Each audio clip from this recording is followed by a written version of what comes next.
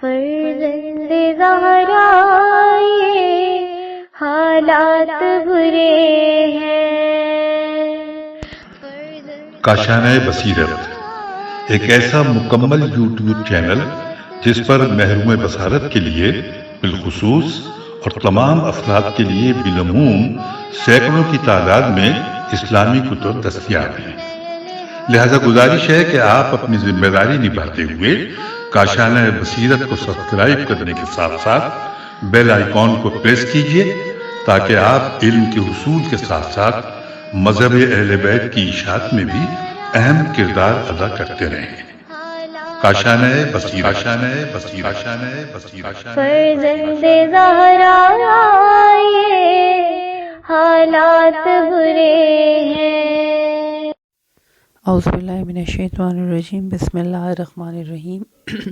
کاشانہ بصیرت کے سلسلے میں آج جو کتاب پڑھی جا رہی ہے، وصیت نامہ کیسے لکھا جائے، اس کا آج آخری حصہ آپ کی خدمت میں پیش کیا جا رہا ہے، صفحہ نمبر 116 سے۔ وفات حضرت آیات۔ رکن اسلام ملا زال انام آیت اللہ عظمی السید شہاب الدین حسنی مرشی نجفی کی جاسوس رحلت سے شہر قم ہی نہیں بلکہ عالم اسلام کے ارکان لرز گئے۔ آپ نے صحن حرم سیدہ معصومہ علیہ السلام اللہ علیہ میں نماز مغربین کی امامت کے بعد شب پنجشنبہ 7 صفر 1411 ہجری کو اپنے پروردگار کی ندا پر لبیک کہی۔ اس خبر کے پھیلتے ہی شہروں میں سیاہ پرچم نصب کر دیے گئے، چہروں پر رنج و غم کے آثار ظاہر ہو گئے، آنکھیں اشک آلود ہو گئیں، دل غمزدہ اور لبوں پر آہ و نالے تھے۔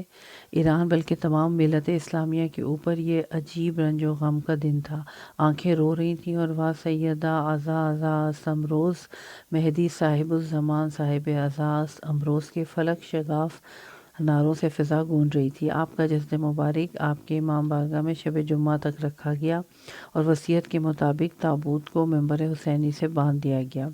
روز جمعہ آپ کے حسینیہ میں عزاداروں کا ایک جمع غفیر جمع ہو گیا جو اپنے سروں اور چہروں پر حزن و غم کے عالم میں تمانچے لگا رہے تھے۔ سید الشہداء حضرت امام حسین علیہ السلام کے مصائب پر گریہ وزاری اور مراسم عزا کے بعد آپ کا جنازہ کندھوں پہ اٹھایا گیا۔ لوگوں کا ٹھاٹھے مارتا ہوا سمندر امڈا چلا آ رہا تھا، آنکھوں اور دل سے خون کے آنسو بہہ رہے تھے۔ آپ نگاہوں سے پوشیدہ ہو گئے لیکن دلوں میں آج بھی زندہ ہیں اور قیامت تک زندہ رہیں گے۔ آپ تاریخ میں اپنے نیک اخلاق، عزم راسخ، استقامت و پامردگی، مسلسل جہاد، مستحکم ارادے، نفع بخش آثار، ہمیشہ رہنے والی برکتوں اور گراں بہا افاظات کے ذریعے زندہ رہیں گے۔ آپ کا مقام تمام مسلمانوں اور خصوصیت سے علماء کے دلوں میں باقی رہے گا۔ سچ ہے کہ آپ صاحبان زہد و تقویٰ اور وارثان علم و فضائل کے لیے ایک روشن چراغ تھے۔ وہ روشنی خاموش ہو گئی جو بزرگی اور عظمت کی طرف پیش رفت کرنے والے افراد کی رہنمائی کر رہی تھی۔ میں نے آپ کے ساتھ برسوں زندگی بسر کی لیکن خیر و تقویٰ کے علاوہ کسی اور شے کا مشاہدہ نہیں کیا۔ آپ کا عمل آخرت کی طرف رغبت اور آپ کی باتیں علم میں زیادتی پیدا کرتی تھیں۔ آپ کی زیارت سے خدا یاد آتا تھا۔ آپ کی پوری زندگی خیر اعمال اور افتخارات سے اس طرح بھری ہوئی تھی کہ آپ زہد و تقویٰ و ورع اور اعمال خیر کی وجہ آوری نیز علمی، ثقافتی اور سماجی خدمات کے لیے ضرب المثل بن گئے تھے۔ در حقیقت آپ کو موت نہیں آئی بلکہ آپ ایک روشن چراغ کی طرح اب بھی ذوف شاں ہیں۔ سلام ہو اس دن پر جب آپ پیدا ہوئے، 20 صفر المظفر 1315 ہجری۔ سلام ہو اس دن پر جب آپ کی روح رحمت ایزدی کی طرف گئی، 7 صفر 1411 ہجری۔ سلام ہو اس دن پر جب آپ مومنین کے کاندھوں پر بلند ہوئے، 9 صفر 1411 ہجری۔ سلام ہو اس دن پر جب آپ اپنے عمومی کتب خانے میں قبر کے اندر اتارے گئے، روز جمعہ 9 صفر 1411 ہجری 12 بجے قبل الظہر، اور خدا کے مقرب ملائکہ نے سلام کرتے ہوئے جنت کی بشارت دی۔ اور سلام ہو اس دن پر جب زندہ مبعوث ہوں گے، آپ کا نامہ اعمال آپ کے داہنے ہاتھ میں ہوگا اور آپ کے اجداد طاہرین علیہ السلام کی طرف آپ کو خدا کے نزدیک حقیقی قیامگاہ کی بشارت دی جا رہی ہوگی۔ آپ کے بعد لوگ آپ کی پاکیزہ روح، آپ کی محبت محبت اہل بیت علیہم السلام آپ کے نیک افکار اور عزم و جزم سے فیض حاصل کرتے ہیں۔ آپ نے مطبوعات و مقطوعات کا علمی ذخیرہ، علماء و طلباء کی ایک طویل جماعت، دینی مدرسے، امام بارگاہیں اور وہ عمومی کتب خانہ جس کی عالم میں کوئی نظیر نہیں، اپنے بعد آنے والوں کے لیے ترکے کے طور پہ چھوڑے۔ اے میرے سید و سردار، خدا کی قسم میرے اور میرے تمام چاہنے والوں کے اوپر آپ کا فراق دشوار ہے، نیز یہ کتنا سخت ہے اس زمانے میں کہ آپ کا مرثیہ پڑھا جائے۔ اے میرے سید و آقا، وہ آخری ساتھ کبھی فراموش نہیں کر سکتا جب آپ کی وفات سے 2 روز قبل دوشنبہ کے دن 8 بجے صبح آپ کی خدمت میں حاضر ہوا تھا۔ میں آپ کے پاس الحاج حسین شاکری کی کتاب الا فی الکتاب والسنہ پر تقریض لکھوانے گیا تھا۔ جب میں نے اپنا اور مصنف کا مقدمہ نیز کتاب کی کچھ عبارتیں پڑھ کر سنائی تو آپ نے فرمایا اس نام کے آگے نجفی لکھ دو، ہمیں فخر ہے کہ ہم اپنے آپ کو نجف اشرف سے منسوب کرتے ہیں۔ پھر میری طرف اشارہ کرتے ہوئے فرمایا تم علم و ادب میں ید طولہ رکھتے ہو، تم جانتے ہو کہ محبت میں حضرت علی علیہ السلام میں مستغرق ہو، لیکن میری نگاہیں کمزور ہیں، تم تقریض لکھ دو۔ میں نے تقریض لکھ دی۔ پھر آپ نے مجھے صحیفہ سجادیہ ہدیہ کے طور پہ پیش کی اور کہا اسے ہر صبح پڑھتے رہنا۔ پھر اس کے فضائل بیان کیے۔ اس سے پہلے کہ آپ نے صحیفہ سجادیہ استاد تناوی کے پاس بھی بھیجا تھا اور انہوں نے آپ کے پاس تحریر کیا تھا۔ ترجمہ: یہ کلام خالق ہے، پست اور کلام مخلوق سے بالا کلام ہے۔ ہاں اے میرے سید و سردار، میں نے تقریض لکھ دی جس طرح پہلے بھی لکھا کرتا تھا، لیکن جب میں نے آپ کے گھر کا ارادہ کیا تو اچانک مجھے روحانی باپ کے فراق اور اس عظیم حادثے کی خبر ملی۔ گھر پلٹ گیا اور زبان پہ یہ جملہ جاری ہوا، یوم علی آل رسول العظیم۔ اے میرے سید و سردار، چین سے سو جائیے، ہم اپنے عہد کے مطابق آپ کی راہ پر اخلاص کے ساتھ گامزن ہیں۔ انا للہ و انا الیہ راجعون۔ آپ کا غمگین فرزند عادل علوی، 1 ربیع الاول 1411 ہجری۔ صفحہ نمبر 121 اور ہیڈنگ ہے وصیت اور وراثت کے احکام بمع ماڈل وصیت نامہ مرتبہ مولانا محمد صادق حسن صاحب۔ وصیت اور وراثت۔ وصیت کی اہمیت۔ وصیت اسلام کے احکامات میں سے ایک حکم ہے۔ یہ ایک ایسا فریضہ ہے جس کی ادائیگی سے ایک طرف خدا کی خوشنودی اور دوسری طرف انسانی حقوق کی ادائیگی کے باعث معاشرے سے فتنہ و فساد جیسی برائیاں دور ہوتی ہیں۔ اس سلسلے میں قرآن مجید کے سورہ بقرہ میں ارشاد ہوتا ہے کہ تم پر فرض کیا گیا ہے کہ جب تم میں سے کسی کو موت آنے والی ہو اور اگر وہ ترکہ مال وغیرہ چھوڑے تو وہ اپنے والدین اور اپنے قریبی رشتہ داروں کے لیے نیکی کی وصیت کرے۔ یہ صاحبان تقویٰ پر، اللہ سے ڈرنے والوں پر حق ہے۔ ہمارے رسول اکرم صلی اللہ علیہ وآلہ وسلم نے ارشاد فرمایا کہ جو شخص بغیر وصیت کے مر جائے وہ جاہلیت کی موت مرتا ہے۔ امیر المومنین حضرت علی علیہ السلام نے ارشاد فرمایا کہ جو شخص مرتے وقت اپنے ان قریبی رشتہ داروں کے لیے وصیت نہ کرے جو اس کے وارث نہ ہوں تو اس کا خاتمہ یعنی اس کی موت گناہ پر ہے۔ ان روایات کا مطلب یہ نہیں ہے کہ وصیت صرف وہی کرے جو قریب المرگ ہے۔ اس سلسلے میں امام جعفر صادق علیہ السلام فرماتے ہیں کہ ہر مسلمان کے لیے ضروری ہے کہ جب رات کو سوئے تو اس کا وصیت نامہ اس کے سر کے نیچے ہو۔ مندرجہ بالا افرامین کو ملحوظ خاطر رکھتے ہوئے ہم نے ہر خاص و عام کی سہولت اور آسانی کے لیے وصیت نامہ تیار کیا ہے۔ اس وصیت نامے کو پر کرنے سے قبل وصیت نامہ کرنے والے اور وصیت پر عمل کرنے والے کے لیے چند فقہی مسائل کا جاننا ضروری ہے۔ ان مسائل کا خلاصہ مندرجہ ذیل ہے۔ وصیت کرنے والے کے لیے شرائط۔ وصیت کرنے والے میں 4 شرطوں کا ہونا ضروری ہے۔ بالغ ہو، نابالغ کی وصیت صحیح نہیں، لیکن اگر وہ 10 سال کی عمر کا ہو اور سمجھدار ہو تو وہ نیکی کے کاموں رشتہ داروں کے لیے وصیت کر سکتا ہے۔ نمبر 2، عاقل ہو، عقل رکھتا ہو۔ پاگل، بے ہوش اور مست کی وصیت باطل ہے۔ نمبر 3، اپنی مرضی سے وصیت کرے، اگر کسی کو مجبور کر کے وصیت کرائی جائے تو وہ وصیت باطل ہے۔ نمبر 4، خودکشی کرنے والا نہ ہو۔ خودکشی کے عمل یعنی اپنے آپ کو زخمی بحالت کر دینے یا زہر پی لینے کے بعد اگر وصیت کرے گا تو وصیت باطل ہے، لیکن خودکشی کے عمل سے پہلے وصیت کرے تو وصیت صحیح ہے، خواہ اس کا ارادہ خودکشی کا ہی کیوں نہ ہو۔ وصی کی شرائط۔ وصیت کرنے والا اپنی وصیت پر عمل کرانے کے لیے جس چیز کو مقرر کرے اس شخص کو مقرر کرے اس شخص کو وصی کہتے ہیں۔ اس میں مندرجہ ذیل شرائط کا ہونا ضروری ہے۔ نمبر 1، بالغ ہو، لیکن اگر نابالغ کے لیے یہ سوچ کے وصیت کرے کہ وہ بالغ ہونے کے بعد اس پر عمل کرے تو وہ صحیح ہے۔ نمبر 2، عاقل ہو، عقل رکھتا ہو۔ نمبر 3، بنا بر احتیاط مسلمان ہو۔ نمبر 4، وصی کا عادل ہونا ضروری نہیں، البتہ قابل اعتماد ہونا ضروری ہے۔ نمبر 5، عورت، نابینا اور ورثہ میں سے وصی بنانا مکروہ ہے۔ نمبر 6، ایک سے زائد اشخاص کو وصی بنایا جا سکتا ہے۔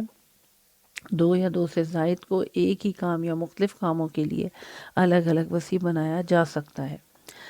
نمبر 7، اگر وصی وصیت پر عمل کرنے سے قاصر ہو تو حاکم شرع یعنی مجتہد جامع شرائط دوسرے کسی شخص کو اس کی مدد کے لیے مقرر کرے۔ نمبر 8، اگر وصی وصیت پر عمل کرنے سے قبل ہی مر جائے تو حاکم شرع وصیت پر عمل کرانے کے لیے کسی دوسرے فرد کو مقرر کرے گا۔ نمبر 9، وصی کے لیے جائز ہے کہ وہ وصی بننے سے انکار کر دے، لیکن شرط یہ کہ وہ اپنے عدم رضامندی کی اطلاع وصیت کرنے والے کو اس کی زندگی ہی میں کر دے، اور اگر اس کی زندگی میں ایسا نہ کیا تو وصیت کرنے والے کی موت کے بعد اسے اس کا وصی بننا پڑے گا۔ احکامات وصیت، جن چیزوں کی وصیت کی جاتی ہے ان کے مسائل۔ نمبر 1، کسی شخص کے مرنے کے بعد اس کی جائیداد میں سے سب سے پہلے مالی واجبات ادا کیے جائیں، جس کی تفصیل آگے وراثت کے مسائل میں پیش کی جا رہی ہے۔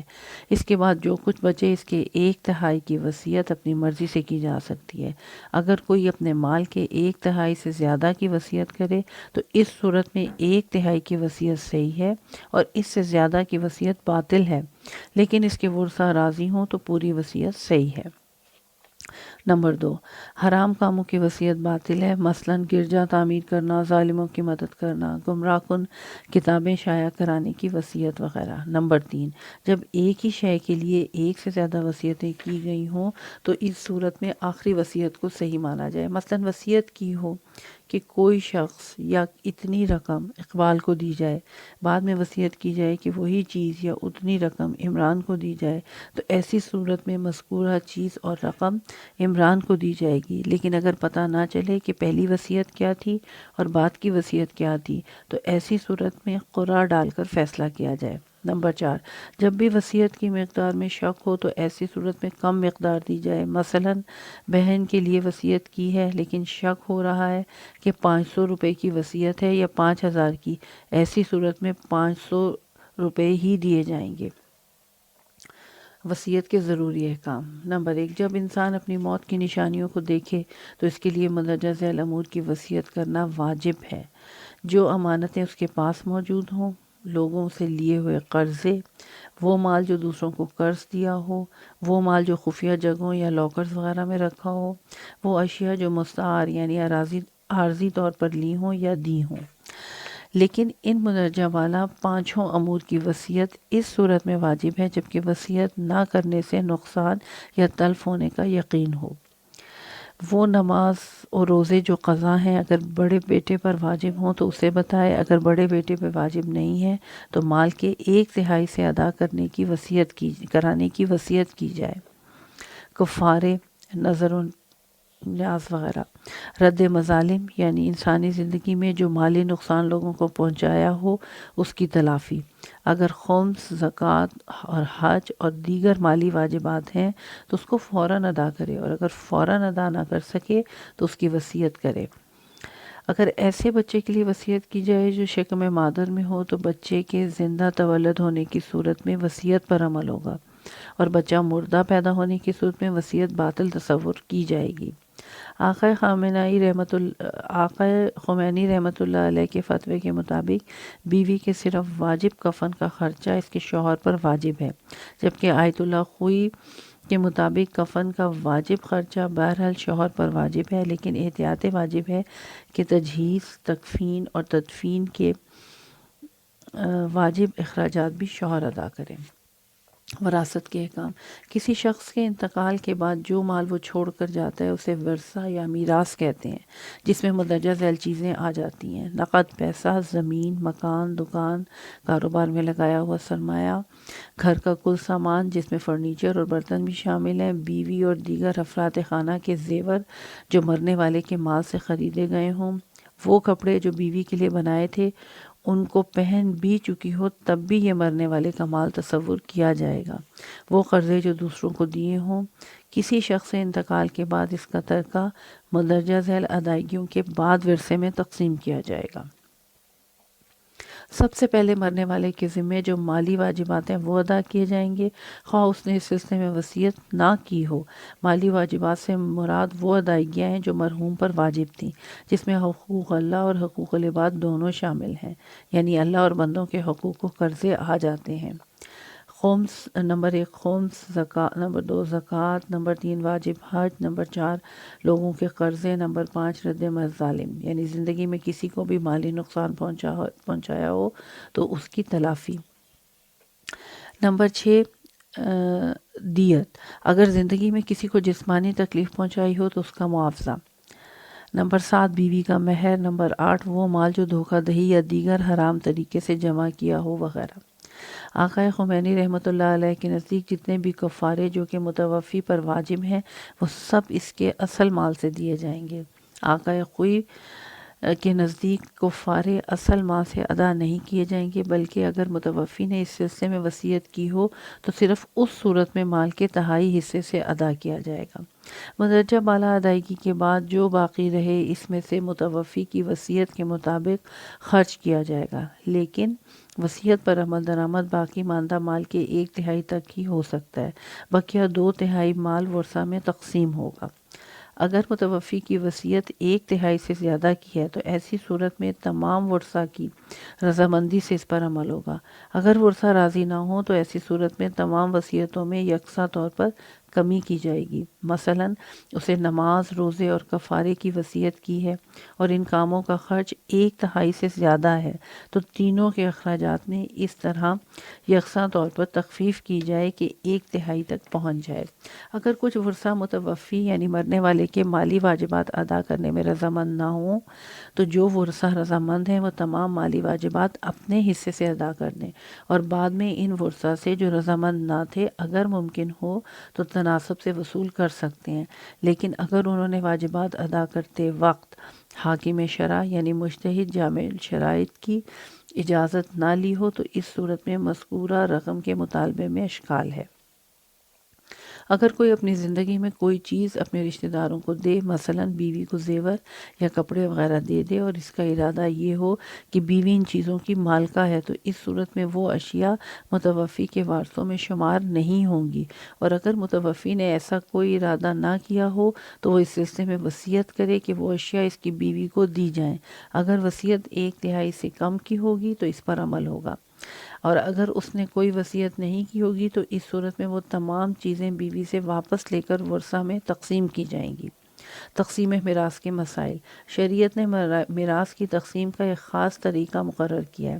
اس کے برعکس یا اپنی مرضی سے میراث کو تقسیم کرنا جائز نہیں ہے۔ مثلا شریعت میں باپ کی میراث میں بیٹے کا حق ہے، خواہ وہ باپ کا نافرمان یا عاق شدہ ہی کیوں نہ ہو، اس کو میراث میں سے اس کا حق ملے گا، اور اگر ماں یا باپ اس کے لیے وصیت کرے کہ اس یعنی عاق شدہ یا نافرمان کو میراث میں سے کچھ نہ دیا جائے تو وہ وصیت باطل ہے۔ مندرجہ ذیل ورثہ کو متوفی کی میراث میں سے کچھ بھی نہیں ملے گا۔ نمبر 1 قاتل، اگر کسی نے عمدن کسی کو قتل کیا ہے تو اس قاتل کو مقتول کی وراثت سے کچھ بھی نہیں ملے گا۔ نمبر 2 کافر، متوفی مسلمان ہو اور اس کا وارث کافر ہو تو اس کافر کو میراث میں سے کچھ بھی نہیں ملے گا۔ نمبر 3 حرام کی اولاد، جو بچہ زنا زادہ یعنی زنا کی وجہ سے پیدا ہو اس کو اس کے باپ کی ورثے سے حصہ نہیں ملے گا، اسی طرح اس کے والدین کو بھی اس کی میراث سے حصہ نہیں ملے گا۔ نمبر 3، شریعت نے مرنے والوں کے ورثہ کو 3 حصوں میں تقسیم کیا ہے۔ جب تک پہلے گروہ کا ایک بھی وارث موجود ہوگا، دوسرے گروہ کے رشتہ داروں کو ورثہ نہیں ملے گا، لیکن اگر پہلے گروہ کے رشتہ داروں میں سے کوئی بھی زندہ ہو تو دوسرے گروہ کے رشتہ داروں کو ورثہ ملے گا۔ اسی طرح جب تک دوسرے گروہ کا ایک بھی وارث زندہ ہو، اس وقت تک تیسرے گروہ کے رشتہ داروں کو ورثہ نہیں ملے گا۔ 3 گروہوں اور رشتہ داروں کی تفصیل درج ذیل ہے۔ پہلا گروہ، مرنے والے کے ماں باپ اور اولاد، اور اگر اولاد حیات نہ ہو تو اولاد کی اولاد۔ دوسرا گروہ، مرنے والے کے دادا دادی، نانا نانی اور حقیقی اور سوتیلے بہن بھائی۔ تیسرا گروہ، مرنے والے کے چچا، خالہ، پھوپھی اور ان کے بعد اور ان کی اولاد۔ شوہر اور بیوی کی میراث۔ شوہر اور بیوی دونوں ایک دوسرے کے وارث ہیں، ان کو تینوں گروہوں کے ساتھ حصہ ملے گا۔ پہلے گروہ کے رشتہ دار زندہ ہی ہونے کی صورت میں وہ ان کے ساتھ میراث میں حصہ پائیں گے، اور پہلے گروہ کے رشتہ دار زندہ نہ ہونے کی صورت میں وہ یعنی شوہر اور بیوی الگ ترتیب دوسرے اور تیسرے گروہوں کے رشتہ داروں کے ساتھ میراث میں حصہ پائیں گے۔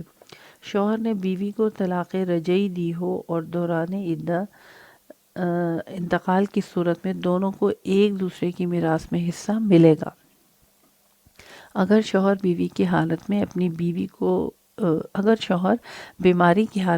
بیوی کو طلاق دے اور پھر اس بیماری میں اس کا انتقال ہو جائے تو اس کی بیوی کو طلاق کی تاریخ سے 1 سال تک شوہر کی میراث سے حصہ ملے گا۔ شوہر کو بیوی کے ترکے میں سے ہر چیز میں سے حصہ ملے گا، البتہ بیوی کو شوہر کے ترکے میں سے زمین کا کوئی حصہ نہیں ملے گا۔ یعنی زمین کا مطلب صرف زمین ہے، اگر اس پہ کوئی عمارت تعمیر ہے تو بیوی کو صرف زمین میں سے کوئی حصہ نہیں ملے گا، البتہ عمارت کی قیمت میں حصہ ملے گا، لیکن عمارت میں حصہ نہیں ملے گا۔ یعنی وہ عمارت کے کسی حصے کو بحیثیت میراث نہیں مانگ سکتی۔ میراث کی تقسیم کا طریقہ۔ میراث کی تقسیم میں آسانی کے لیے جدول بنا دیے گئے ہیں جو صرف پہلے گروہ کے ورثہ کے متعلق میراث کی تقسیم میں مددگار ثابت ہوں گے۔ دوسرے اور تیسرے گروہ کے ورثہ کے متعلق میراث کی تقسیم کے سلسلے میں مجتہد جامع شرائط کے فتاویٰ کی کتاب یا علماء کی طرف رجوع کیا جا سکتا ہے۔ ان جدولوں پر عمل کرنے سے پہلے مندرجہ ذیل مسائل کا جاننا ضروری ہے۔ میراث کی تقسیم 4 مرحلوں میں ہوگی۔ سب سے پہلے مالی حقوق اور قرضوں کی ادائیگی ہوگی، اس کے بعد بقیہ مال کے 1/3 تک کی وصیت پر عمل کیا جائے گا۔ حوا یعنی مرنے والے کا قرآن مجید، انگوٹھی، تلوار اور جو پوشاک کو پہن چکا وہ بڑے بیٹے کا حق ہے۔ آخر میں جدول کے مطابق میراث تقسیم ہوگی۔ اولاد میں میراث کی تقسیم کے وقت بیٹوں کو بیٹیوں سے دگنا حصہ ملے گا۔ اگر مرنے والے کی کوئی بھی اولاد زندہ نہ ہو، خواہ مرنے والے کے ماں باپ ہوں یا نہ ہوں، تو اولاد کی میراث میں سے وہی حصہ ملے گا جو اس کے والدین یعنی مرنے والوں کی اولاد کو ملتا ہے۔ مثلا مرنے والے کی پوتے، پوتیوں، نواسے، نواسیوں کو میراث میں سے حصہ ملے گا۔ پوتی کو نواسے سے 2 گنا حصہ ملے گا، کیونکہ پوتی کو اس کے باپ یعنی مرنے والے کے بیٹے کا حصہ ملے گا، اور نواسے نواسی کو ان کی ماں یعنی مرنے والی کی بیٹی کا حصہ ملے گا۔ البتہ پوتے کو پوتی سے اور نواسے کو نواسی سے دگنا حصہ ملے گا۔ مرنے والے کے کچھ رشتہ دار شریعت کے اعتبار سے حاجب کہلاتے ہیں، ان کی وجہ سے مرنے والے کی ماں کا حصہ کم ہو جاتا ہے۔ اس کمی کی تفصیل جدول میں دی گئی ہے۔ مندرجہ ذیل رشتہ دار حاجب کہلاتے ہیں۔ مرنے والے کے 2 بھائی یعنی جبکہ ان کا اور مرنے والے کا باپ ایک ہو۔ مرنے والے کی 4 بہنیں جبکہ ان کا اور مرنے والے کا باپ ایک ہو۔ اور نمبر 3، مرنے والے کا 1 بھائی اور 2 بہنیں جبکہ ان کا اور مرنے والے کا باپ ایک ہو۔ غرض یہ کہ مرنے والے کے 2 بھائی یا 4 بہنوں یا 1 بھائی یا 2 بہنوں کی وجہ سے اس کی ماں کے حصے میں تخفیف ہو جاتی ہے۔ جدول نمبر 1، مرنے والا مرد ہو اور پہلے گروہ کے رشتہ دار اور بیوی حیات ہو تو اس صورت میں نمبر 1، باپ، ماں اور بیوی حاجب نہ ہوں تو کل رقم جو ہے کل حصے 12 ہوں گے۔ بیوی کو 3، باپ کو 5، ماں کو 4 اور اولاد کو کوئی نہیں ملے گا۔ باپ، ماں بیوی اگر حاجب ہوں تو کل حصے 12 ہوں گے، اور اس میں 3 بیوی کو ملیں گے، 5 باپ کو، اور 2 جو ہیں وہ ماں کو ملیں گے۔ باپ اور بیوی اگر ہوں تو کل حصے 4 ہوں گے، 1 بیوی کا، 3 باپ کے ہوں گے، اور ماں کو اور اولاد کو کچھ بھی نہیں۔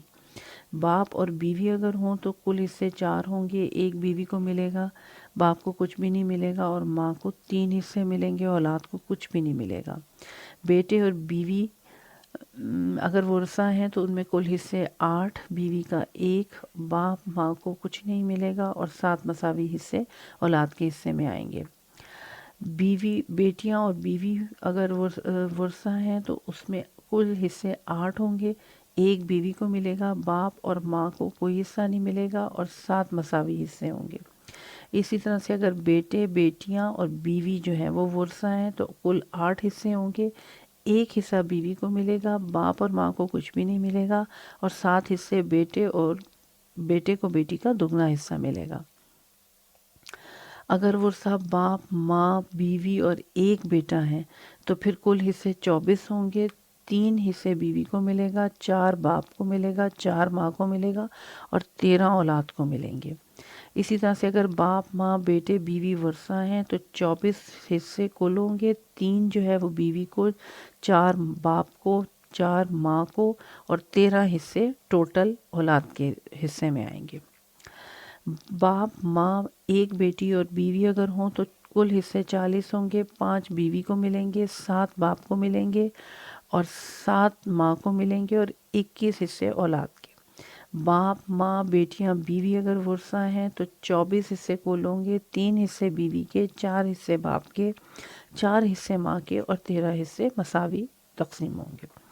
باپ ماں بیٹے بیٹیاں بیوی اگر ہوں تو 24 حصے کل ہوں گے، اور 3 حصے بیوی کے ہوں گے، 4 باپ کے، 4 ماں کے ہوں گے، اور 13 حصے، اور بیٹی کو بیٹی کا دگنا ملے گا۔ باپ یا ماں بیوی یا 1 بیٹا اگر ہو تو 24 حصے کل ہوں گے، 3 بیوی کو ملیں گے، 4 جو ہیں وہ ماں باپ کو ملیں گے، اور 17 اولاد۔ باپ ماں بیوی بیٹے 24 کل حصے ہوں گے، 3 باپ کو ملیں گے، 4 ماں کو ملیں گے، اور 17 حصے ٹوٹل ہوں گے۔ باپ یا ماں بیوی اور 1 بیٹی اگر ہوں تو 32 حصے ہوں گے، اور 4 جو ہیں وہ بیوی کو ملیں گے، 7 باپ کو ملیں گے، 7 ماں باپ کو ملیں گے، اور 21 حصے اولاد کے ہوں گے۔ باپ یا ماں اور بیوی اور بیٹیاں اگر ورثہ ہیں تو 40 حصے ہوں گے، 5 اس میں سے بیوی کو ملیں گے، 7 حصے ماں باپ کو ملیں گے، مطلب باپ ہو یا ماں ہو، اور 28 حصے مساوی تقسیم ہوں گے۔ باپ ماں بیوی بیٹے بیٹیاں اگر ہوں تو 24 حصے ہوں گے، 3 حصے بیوی کو ملیں گے، اور باپ یا ماں کو 4 حصے ملیں گے، اور 17 حصے بیٹے کو بیٹی کا دگنا حصہ ملے گا۔ اور اہم نوٹ یہ کہ 1 سے زائد بیویاں ہونے کی صورت میں بھی تقسیم جدول کے مطابق ہوگی، البتہ بیوی کا جو حصہ ہے وہ تمام بیویوں میں مساوی تقسیم کیا جائے گا۔ اسی طرح سے جدول نمبر 2 ہے، اس میں یہی ہے کہ مرنے والی عورت ہو اور پہلے گروہ کے رشتہ دار اور شوہر اگر حیات ہوں تو اس صورت میں باپ اور شوہر ہوں تو کل حصے 2 ہوں گے، 1 شوہر 1 باپ، ماں اور اولاد کو کچھ بھی نہیں۔ ماں اور شوہر ہوں تو 2 حصے جو ہیں وہ کل حصے 2 ہوں گے، اور 1 شوہر کو ملے گا اور 1 ماں کو ملے گا۔ اسی طرح سے باپ ماں اور شوہر ہوں اور حاجب نہ ہوں تو کل حصے 6 ہوں گے، 3 شوہر کو ملیں گے، 1 باپ کو ملے گا، اور 2 ماں کو ملیں گے۔ باپ ماں اور شوہر اگر حاجب ہوں تو 6 حصے ہوں گے، 3 شوہر کے، 2 باپ کے، 1 ماں کے۔ بیٹے اور شوہر اگر ہوں تو 4 ٹوٹل ہوں گے، اور 1 شوہر کو ملے گا، اور 3 اولاد میں تقسیم ہو جائیں گے۔ بیٹیاں اور شوہر ہو تو 4 حصے جو ہیں وہ کل ہوں گے، اور 1 شوہر کو ملے گا، اور 3 مساوی حصے اولاد کے۔ بیٹے بیٹیاں شوہر ہوں تو 3 حصے ہوں گے، 4 حصے ٹوٹل ہوں گے، اور 1 شوہر کو ملے گا، اور 3 جو ہے وہ ہر بیٹے کو بیٹی کا دگنا حصہ ملے گا۔ اسی طریقے سے یہ اس جدول نمبر 2 کا پیٹرن جو ہے وہ ختم کیا ہوا ہے، اور جدول نمبر 3 میں مرنے والے کا اگر شریک حیات نہ ہو اور پہلے گروہ کے رشتہ دار حیات ہوں تو پھر اس صورت میں صرف کوئی ایک وارث جو ہے وہ ہوگا اور پوری میراث اسی کو ملے گی، وہ اکیلا کل میراث کا حقدار ہوگا۔ اور ماں اور باپ اگر حاجب نہ ہوں تو 3 حصے ٹوٹل ہوں گے اور 2 حصے باپ کے ہوں گے اور 1 ماں کا ہوگا۔ اور باپ اور ماں اگر حاجب ہوں تو 6 حصے کل ہوں گے اور 5 حصے باپ کے ہوں گے اور 1 حصہ ماں کا ہوگا۔ بیٹے اور بیٹیاں ہوں تو ہر بیٹے کو بیٹی کا دگنا حصہ ملے گا۔ بیٹے اور بیٹیاں اگر وارث ہیں اور اس صورت میں مساوی حصہ ملے گا۔ باپ، ماں اور 1 بیٹا اگر ہو تو 6 حصے ٹوٹل کر کے 1 باپ کو، 1 ماں کو اور 4 حصے اولاد میں تقسیم ہو جائیں گے۔ باپ، ماں اور بیٹے ہوں تو وہی 6 حصے ہوں گے اور 1 ماں باپ کو ملے گا اور 4 مساوی تقسیم ہوں گے۔ اور اگر باپ، ماں اور 1 بیٹی ہو اور حاجب نہ ہو تو ایسی صورت میں 5 حصے ہوں گے، 2 باپ کو ملیں گے، 1 ماں کو ملے گا اور 3 پھر بیٹی کو ملیں گے۔ اس طریقے سے ہے، اور تھوڑا سا اس میں آیت اللہ خوئی کے فتاوی میں تھوڑا سا ڈیفرنس ہے اور باقی یہ وہی ترتیب ہے۔ اب صفحہ نمبر 139 پہ وصیت نامہ ہے کا ماڈل انہوں نے دیا ہوا ہے، جس میں تصویر سب سے اوپر لگائی جائے گی، پھر مقام و تاریخ وفات ہے، وہ وصی یا وارث پر کرے گا، پورا نام، شناختی کارڈ نمبر، تاریخ پیدائش، مکمل پتہ، دین، فقہ، وصیت کرنے والا، جس مجتہد جامع الشرائط کی تقلید کرتا ہو اس کا نام۔ وصی کا تقرر جو ہے وہ یہ ہوگا پہلے حصے میں کہ میں مندرجہ بالا شخص یا اشخاص کو وصی مقرر کرتا ہوں جس کو یا جن کو میری موت کے بعد میرے وصیت نامے پر عمل درآمد کرنے کا اختیار ہوگا، اور جس میں اثاثوں کی وصولی، ادائیگی اور ورثہ میں تقسیم شامل ہے۔ تمام ورثہ کو تاکید کی جاتی ہے کہ وصی سے ہر قسم کا تعاون کریں، نیز ورثہ اور وصی کے مابین کسی قسم کے اختلاف کی صورت میں مجتہد یا مجتہد کے وکیل کی طرف رجوع کرے۔ وصی کا نام، پتہ، دوسرا وصی اور پہلے وصی کی معذوری کی صورت میں دوسرے وصی کا نام اور پتہ۔ مندرجہ بالا وصی اور اوصیہ کی معذوری کے سلسلے میں مجتہد یا عالم یا اس کا کوئی وکیل۔ نوٹ: مندرجہ بالا میں غیر متعلقہ امور کاٹ دیے جائیں اور جو مطلوبہ امور ہوں ان پہ ٹک کا نشان جو ہے وہ بنا دیا جائے۔ ولی کا تقرر جو ہے کہ میرے والد محترم فلاں میری موت کے بعد میرے نابالغ بچوں کے ولی کے فرائض ان کے سن رشد تک انجام دیں گے۔ میرے والد بزرگوار کی معذوری یا ضعیفی یا موت کی صورت میں مندرجہ بالا شخص ولی کے فرائض انجام دے گا۔ محترم یا محترمہ نمبر 1 ان کی معذوری کی صورت میں، نمبر 2 پہ محترم یا محترمہ۔ اصل ترکے میں دی جانے والی ادائیگیاں: میرا وصی میرے اصل ترکے میں سے کل مالیت میں سے مندرجہ بالا ادائیگیاں عمل میں لائے گا۔ جہاں تک ممکن ہو اچھا ہے کہ رقم درج کی جائے۔ غسل و کفن اور دفن کا خرچہ قابل تقسیم ترکہ کے 1/3 حصہ وصیت نامہ حصہ 4 سے ادا کیا جائے۔ اصل ترکہ وصیت نامے کے اس حصے سے ادا کیا جائے۔ میت کے دوسرے اخراجات مثلا میت گاڑی، مجالس، فاتحہ، صدقات وغیرہ وصیت نامہ حصہ 4 کے مطابق کیے جائیں۔ میرے شوہر یہ خرچہ برداشت کریں، یہ سب یعنی باکسز بنے ہوئے ہیں اور ان میں مارک کرنا ہے۔ میری زوجہ مسمہ ڈیش کا مہر اتنا رقم حساب ہو چکا ہے یا ادا کرنا ہے، مارک کرنا ہوگا۔ قرض یا قرض حسنہ درج ذیل ہے۔ قرض دہندگان کے نام اور پتے 2-3 لائنز ہیں۔ کوئی قرضہ واجب الادا نہیں ہے یا قرضے کی ادائیگی کرنا ہے، مارک کرنا ہوگا۔ اسی طرح رد مظالم کا بھی بریکٹ میں ہے کہ اگر کسی کا ہو تو ان کے نام جو ہیں وہ تحریر کرنے ہوں گے۔ جہاں رقم درج نہیں ہے وہاں وصی رقم کا تعین کرے گا، اور جہاں پر رقم درج ہوگی وہاں وہی رقم جو ہے وہ ادا کرنی ہوگی۔ خمس اور زکوٰۃ ہے کہ واجب الادا ہے یا نہیں ہے، سہم امام اس کو مارک کر دیں، سہم سادات، زکوٰۃ، عشر، فطرہ، یہ سب جو ہے وہ باکسز میں مارک کرنا ہے۔ اس کے بعد اس میں ماڈل میں یہ ہے کہ اگر خانے میں رقم درج نہ کی گئی ہو تو جہاں اس کا اطلاق ہوتا ہوگا وہیں ہوگا۔ ادائیگی خمس کی سالانہ تاریخ، ادائیگی زکوٰۃ کی سالانہ تاریخ۔ خمس اور زکوٰۃ باقاعدگی سے ادا کی جاتی رہی ہے، چنانچہ میرا وصی سالانہ تاریخ سے مرنے کی تاریخ تک کا حساب کریں۔ اس کے علاوہ واجب حج کا خانہ مارک ہے، ذمہ نہیں ہے یا ادا ہو گیا ہے، ذمہ ہے اور میرے شہر سے اس کی نیابت کرائی جائے۔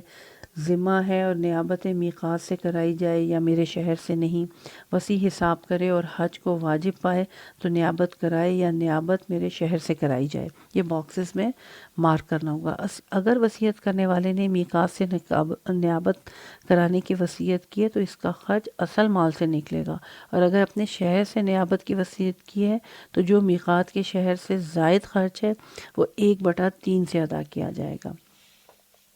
اسی طرح قابل تقسیم ترکے کی 1/3 کی بابت وصیت جو ہے وہ یہی ہے کہ وصیت کی تفصیل میں وہی غسل، کفن اور دفن کے اخراجات ہیں، میت، گاڑی، تدفین کی رات کا صدقہ، نماز وحشت اجارے پر، وصیت کی اجرت، قضا نمازیں، سال ماہ کی قضا اگر کوئی ہے، اور اگر کوئی نماز قضا نہیں ہے تو چھوڑ دیں۔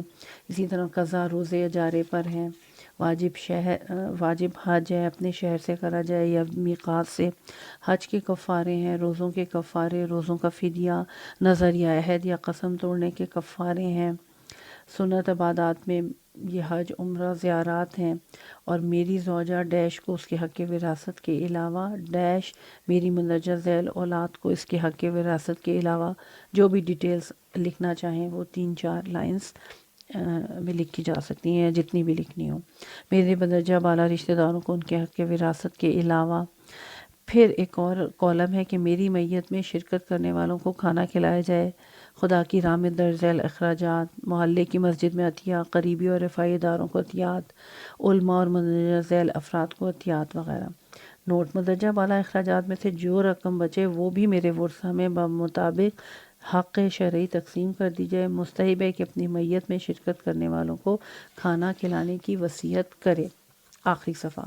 میری خواہش: درج ذیل امور میں اگر وصیت کرنا چاہیں تو جس شخص کے بارے میں تمنا ہو اس کا نام تحریر کر کے پر کریں۔ مثلا میری خواہش ہے کہ میری نماز میت جناب مولانا ڈیش صاحب قبلہ سے پڑھوائی جائے اگر وہ راضی ہوں۔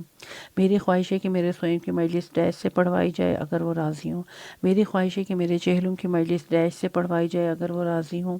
میری خواہش ہے کہ میرا حج ڈیش صاحب سے کروایا جائے اگر وہ راضی ہو۔ میری خواہش ہے کہ میرا عمرہ ڈیش صاحب سے کروایا جائے اگر وہ راضی ہوں۔ میری خواہش ہے کہ میری طرف سے زیارت ڈیش اور مقامات زیارت کا نام جناب ڈیش صاحب سے کرائی جائے اگر وہ راضی ہوں۔ معذرت نامہ: میں اپنے تمام رشتہ داروں، دوستوں اور دیگر متعلقین سے التجا کرتا ہوں کہ اگر میری جانب سے قصداً یا سہواً انہیں کسی قسم کی روحانی، جسمانی یا ذہنی اذیت پہنچی ہو تو عذرائے کرم مجھ کو تہہ دل سے معاف فرما دیں۔ نیز میں اپنے وصی یا ورثہ سے درخواست کرتا ہوں کہ میری یہ معذرت میرے تمام متعلقین بالخصوص مندرجہ ذیل افراد تک پہنچا دیں۔ نام ہے 1 2 3 4 لائنز چھوڑی ہوئی ہیں۔ میں ان تمام مسلمان بھائیوں سے بھی گزارش کرتا ہوں کہ جن کی مجھ سے عمدن یا سہواً غیبت یا چغلی ہو گئی ہو وہ مہربانی فرما کر مجھے معاف کر دیں۔ میں بھی اپنے بارے میں کی گئی کسی بھی برادر مسلم کی غیبت و چغلی یا کوئی اذیت روحانی، ذہنی یا جسمانی جس سے مجھے کوئی تکلیف پہنچی ہو کو معاف کرتا ہوں۔ تاریخ اور پھر سگنیچر ہے، اور اس کے بعد 1-2 پیجز انہوں نے ایکسٹرا یادداشت کے لیے چھوڑ دیے، اور اس کے بعد یہ بک اپنے اختتام کو پہنچی۔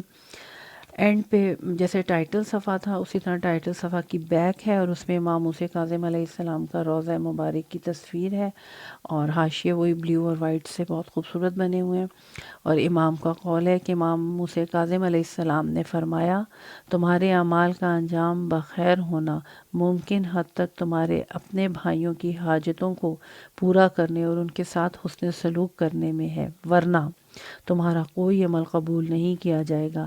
اپنے بھائیوں کے ساتھ مہربانی اور ان پر رحم کرو تو ہم سے ملو گے۔ تجلیات حکمت۔ اور اس طرح سے اس کتاب